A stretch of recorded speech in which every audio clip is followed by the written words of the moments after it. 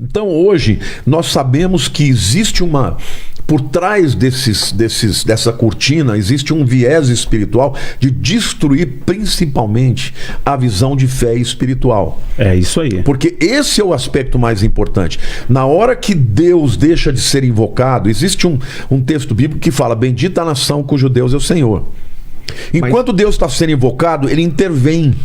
E ele está acima dessas maquinações, né? Desses conchavos, dessas articulações. Exato. Na hora que ele começa a ser rejeitado, aí ele começa a tirar a mão. Mas não é um contrassenso, porque com pandemia, guerra, ele não é mais invocado? Mais pessoas acreditam em Deus? Ou olha o dado de um instituto, eu não sei pronunciar direito, é Gallup ou Gallup, um instituto de pesquisa muito respeitado dos Estados Unidos. É Gallup. Gallup.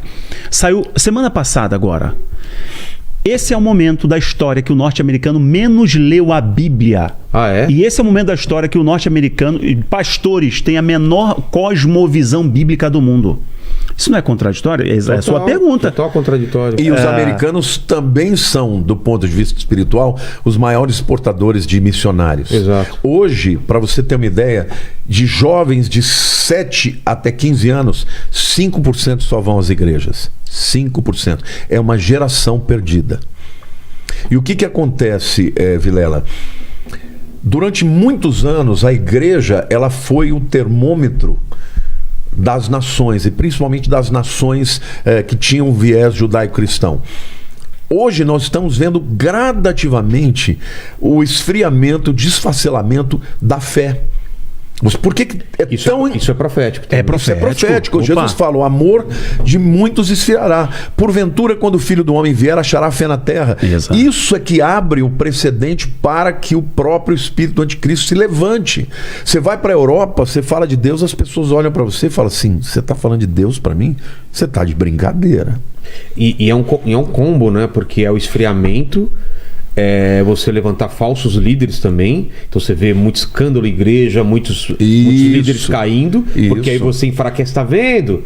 Não adianta ir para a igreja ou ter fé, tá vendo? Ó, então essas coisas andam juntos, né? E tudo isso está fazendo que cada vez mais, né? Eu ainda creio que nós temos ainda algum tempo de um grande avivamento para a salvação de vidas. Também acredito, no mundo inteiro. Também creio. Mas o que vai acontecer, que Jesus disse, é o esfriamento da fé. Porque quando as pessoas deixam de invocar a Deus, naturalmente o espírito do anticristo vai tomando controle. Quando a gente falou de toda essa geopolítica, falou dessa questão do controle, é porque no mundo físico, a operacionalização disso não acontece de um dia para a noite. Você não, de uma hora para outra, você não domina o mundo, você não controla o mundo. Você precisa de tecnologia para isso. Você precisa de uma mentalidade para isso. Então, a pandemia ela trouxe essa mentalidade. As pessoas querem o controle sobre elas mesmas, para ter segurança. E cada vez mais nós... O terrorismo começou com isso. É claro. Eu quero que o governo controle todo mundo para saber quem é terrorista, quem não sei o que. Exatamente. Na época das Torres Gêmeas. Ótima observação. Então, espiritualmente falando, isso é o que de fato é a base de tudo. Porque se um povo clama a Deus e busca a Deus, Deus intervém. E quando Deus intervém, toda a agenda do inimigo fica postergada. Mas Deus vai intervir se tem que se tem que cumprir. Tem que se cumprir. É isso que essa é a minha confusão mental. Não, Deus sabe. Essa tua pergunta é sensacional. Por quê? Porque como Deus é onisciente, ele sabe exatamente o dia que tudo vai acontecer. Exato. Mas ele espera que nós estejamos aqui para resistir. Porque tem um texto em 2 Tessalonicenses que diz assim, que o anticristo ele não vai se manifestar enquanto que aquele que o detém não seja retirado. E na minha opinião, esse que detém, que resiste a ele, é a igreja e o Espírito Santo na igreja. Agora, como se dá na sociedade? Nós estamos aqui falando agora de coisas e convencendo pessoas que estão nos vendo e gerando entendimento, e essas pessoas começam a resistir. Então, ainda que nós estejamos fazendo esse papel de resistência, Deus que está lá, Ele sabe de tudo. Ele sabe quando vai chegar a hora que não terá mais resistência. Alterando a profecia. Não. a gente está cumprindo a profecia? Exatamente. É isso aí. Existem algumas pessoas que eu já vi. É isso aí. Eu vi que elas acham que podem alterar o Apocalipse. Existem algumas pessoas, a galera da era de Aquários, etc., que acham que podem travar o Apocalipse. O Apocalipse não acontecer, podem diminuir o impacto do Apocalipse, etc. Isso. Tem duas coisas muito equivocadas. Primeiro, minha mulher trazendo as pizzas aí, muito obrigado. Opa, muito obrigado. Tá bem boa. Tá. Tchau, gente. Tchau. O cumprimento profético, isso não compete a nós. Os discípulos queriam de Jesus o tempo, de saber quando que vai acontecer. Não, eu quero saber. Não. Jesus começou a falar dos sinais. O mais importante, inclusive, nós olharmos para isso. Dele, estavam tentando tirar. Pedro falou, não vai. É claro. Então, a primeira coisa é essa, não está no nosso controle. Esse exercício de tempo, achar que você pode deter o Apocalipse. Ou adiar. Não, esqueça isso, não está no seu controle. O que nós devemos fazer com relação ao tempo da manifestação dessas coisas, e sabemos que vai ficar muito difícil, é por amor às pessoas que ainda não creem em Cristo, não confessaram a Ele, não entregaram suas vidas a Ele, é por amor a elas, nós continuamos falando e anunciando a Cristo em amor. Então, pelo pecador. O outro detalhe é o seguinte, só eu já te passo a palavra, é o seguinte, o outro erro da pessoa pensar que pode parar o Apocalipse, primeiro é esse, a questão do tempo. E o interessante é que algumas pessoas pensam assim, Rafael, igual eu fiz uma live, não fui no meu canal não, eu fiz uma live com alguém, não lembro agora exatamente, que a pessoa falou exatamente isso, que poderia parar o Apocalipse, porque um Deus tão maravilhoso, como é que permitiria que coisas tão ruins acontecessem? Eu falei assim, olha, peraí, eu estava na live, eu falei assim, peraí, gente. Você sabe que esperança não existe, essa palavra esperança, no livro de Apocalipse não tem a palavra esperança, mas o Apocalipse é sobre esperança. O Apocalipse ele revela o plano que é desde o começo. Se é no princípio, é porque vai ter no fim. Deus vai de fato reformular tudo. E o Apocalipse é ele expressando todos os acontecimentos, são muitas taças, são selos, acontecimentos no céu, tremor, guerra, etc. Depois, tá? Porque isso é muito... Tremor, etc. Todo mundo olha para isso e assim, mas o Criador vai permitir todas essas coisas para o pecador se arrepender e se voltar para ele. É um amor tão grande. Embora a palavra esperança não tenha no Apocalipse, mas o Apocalipse é sobre esperança. A esperança da redenção, que inclusive o cumprimento de profecias do fim dos tempos começou com a vinda de Cristo, o nascimento de Jesus de modo virginal, cumprindo profecias do Antigo Testamento. O próprio livro de Daniel fala que quando ele fosse retirado do mundo, o Messias seria cortado, seria tirado, profecia de Daniel. E se cumpriu quando Jesus morreu, quando ele subiu, não será visto mais. Então, assim, por mais que no Apocalipse não tenha esperança, mas é sobre esperança, então a gente não para o Apocalipse. E o Apocalipse não é caos para quem tem o Espírito de Deus. Entende que tudo está se cumprindo para a redenção. Então Deus tem um projeto para a humanidade. Eu queria fazer uma observação aqui na questão do tempo. A Bíblia fala que todas as gerações deveriam esperar pela vinda dele. Porque quando ansiar e acreditar que seja na própria geração. Porque do jeito que está a Bíblia e numa primeira leitura, a gente tem medo da vinda dele. Porque, meu Deus, eu não quero que a vinda dele venha na minha vida, porque eu não quero esse caos, passar por todo esse sofrimento. E na verdade é o contrário. É o contrário. Mas assim, por que ele disse que ninguém sabe o dia ou a hora? Porque se a primeira geração soubesse que ia ser 2000 anos depois, tranquilo, eles não iam ficar nem aí. Então, inclusive o apóstolo Paulo acreditava que era no tempo dele. Todas as gerações têm a chamada bendita esperança. O livro de Apocalipse não tem, mas a Bíblia fala de esperança muito. Por quê? Porque isso faz com que o indivíduo que está vivendo naquela geração, ele viva primeiro se consagrando para Deus e fazendo a obra para Ele. E pregando o Evangelho todo o tempo. Isso é o que me move, pregar o Evangelho todos os dias. Quem vai querer pizza? Bom, né? Bem-vindo, né? Bem-vindo. A gente come uma pizzinha. O que vier a mim de maneira alguma lançarei fora, para ser bíblico aqui. Agora, ô Vilela, obrigado, Lene. É simplesmente você entender que Deus, ele conhece o fim no começo. Sim. Ele sabe que ainda que o homem tenha liberdade de interagir e age, ele conhece tudo. Então, ele coloca em nós essa vontade de pregar, de resistir, e isso acontece. Mas isso não vai retardar nem um dia da sua vinda, porque ele sabe exatamente quando vai acontecer.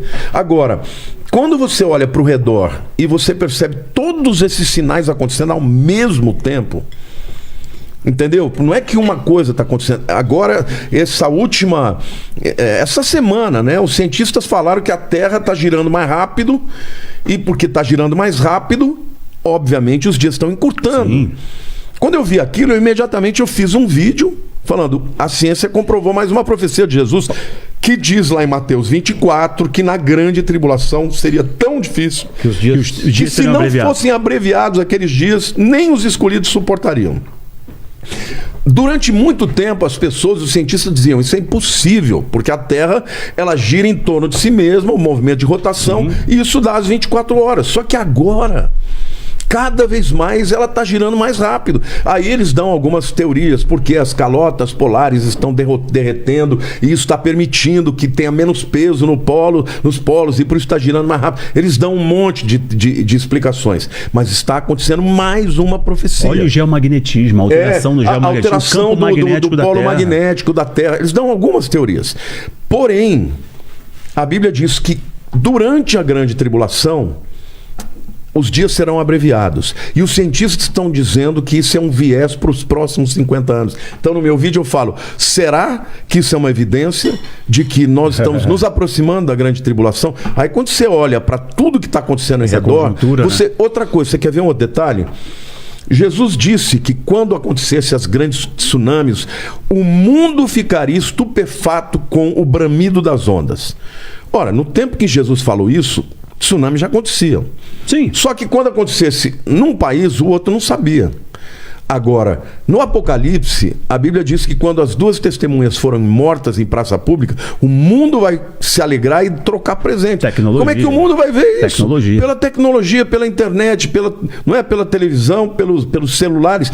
Então, tudo está acontecendo ao mesmo tempo, está pipocando em todo lugar. E quando Jesus fala sobre esse tempo de guerras, rumores de guerras, falsos cristos, o amor se esfriando, ele diz, isso não é o fim, é o princípio do fim. Ele usa a figura da mulher tendo dores de parto e aquelas contrações. Não é o nascimento, mas é a preparação para o nascimento. Pro nascimento. Daqui para frente, quanto mais o que muda perto é a intensidade. Chega, aumenta a intensidade, aumenta o número de coisas. E é o que está acontecendo agora. A gente conseguiria uma metáfora para esse entendimento de Deus não impedir o Apocalipse mesmo sabendo?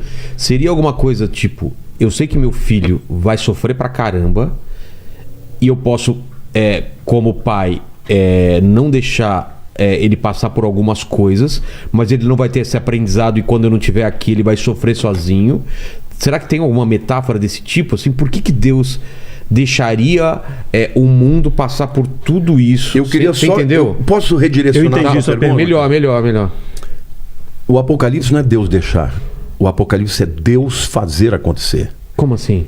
É ele quem vai fazer isso. Ele que vai fazer, é o controle total. Não é ele se isentando. Não, Deus não vai ser. É ele que vai fazer. Não vai se isentar em nenhum momento. Olha, quando ele começa a abrir os selos, um crescimento. É ele que estabeleceu. Não. O Apocalipse não é um advento aleatório, é estabelecido por Deus. Não, mas não é um esfriamento e não, o esfriamento acontece, mas eu queria... Mas o mal, ele tomando mais poder... Não. Escuta aqui, quando você lê o livro de Apocalipse, as próprias pessoas falam, livra-nos da ira do Cordeiro e daquele que está sentado sobre o trono. Da ira do Cordeiro? O Cordeiro Jesus. Jesus. Jesus é quem abre os selos. Jesus, Ele abre o primeiro selo, ele abre o segundo selo, e quando ele vai quebrando os selos, os malefícios, as pandemias, as guerras, as mortes, os meteoros começam a acontecer. Cara, então, isso é uma coisa que eu nunca tinha parado para pensar. É Cristo que abre os selos? Sim, ele não só abre os selos, como ele comanda todo o Apocalipse. Eu achei que era o anticristo que... Não. Até agora, Satanás está no mundo. Tá. A partir do momento que começa os juízos, é Deus assumindo o controle. E aí, Paulo fala em 2 Tessalonicenses que porque eles não creram na verdade, Deus lhes enviará a operação do erro. Do erro, do para engano. que creiam na mentira. Ou seja, faz 2000 anos que Cristo manifesta a sua graça na vida de todos que pregam. A pessoa pode dizer, eu aceito, eu creio. Todo mundo tem a chance de se converter. Mas também tem a oportunidade de dizer, não quero, não aceito, não creio. Mas quando chegar a hora do Apocalipse, ele está no trono. É ele quem abre, é ele quem determina.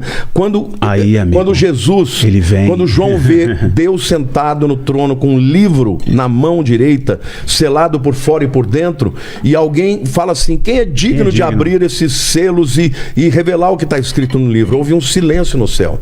João começa a chorar. E ele disse, eu chorava porque ninguém era digno, nem no céu, nem na terra, nem debaixo da terra.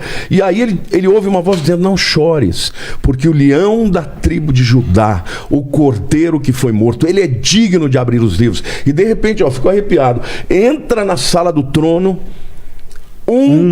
que é chamado de o leão da tribo de Judá, mas parecido com o cordeiro, com vestes salpicadas de sangue. Quer dizer, entra na sala do trono, todo mundo vai ver Jesus e prova... Onde é a sala do trono? Onde está o trono de Deus. Onde fica Deus. Sim, onde está Deus. Tá. E os 24 anciãos e todo mundo. Ele chama de terceiro céu, etc. Terceiro céu. Sim. Entra alguém parecido com a figura de Cristo. Não, é Cristo. Então, mas você falou... O leão com a figura Porque ele é semelhante ao chamado cordeiro. de leão, mas ele parece Também o cordeiro que foi morto. Então, parece porque é. Ele é Jesus. Então, Sim. Tá. E nesse momento ele toma Por das que mãos tá com de sangue? Porque o sangue foi vertido na cruz do Calvário. na cruz. Ah, tá. Ele nunca vai deixar de ter as cravos nas Entendi. mãos, O cordeiro, a o roupa sacrifício, dele o está leão, salpicada. Quando ele desce no Armagedon, ele vem também com É uma lembrança. É uma lembrança de que ele morreu. De que ele foi humano. E diz que ele é digno de abrir os desatar os selos selos. e desatar os seus selos, porque ele morreu. E comprou com seu sangue Cara, todos isso os é homens de muito toda a bonito, tribo. Não, língua e é nação. lindo. É lindo.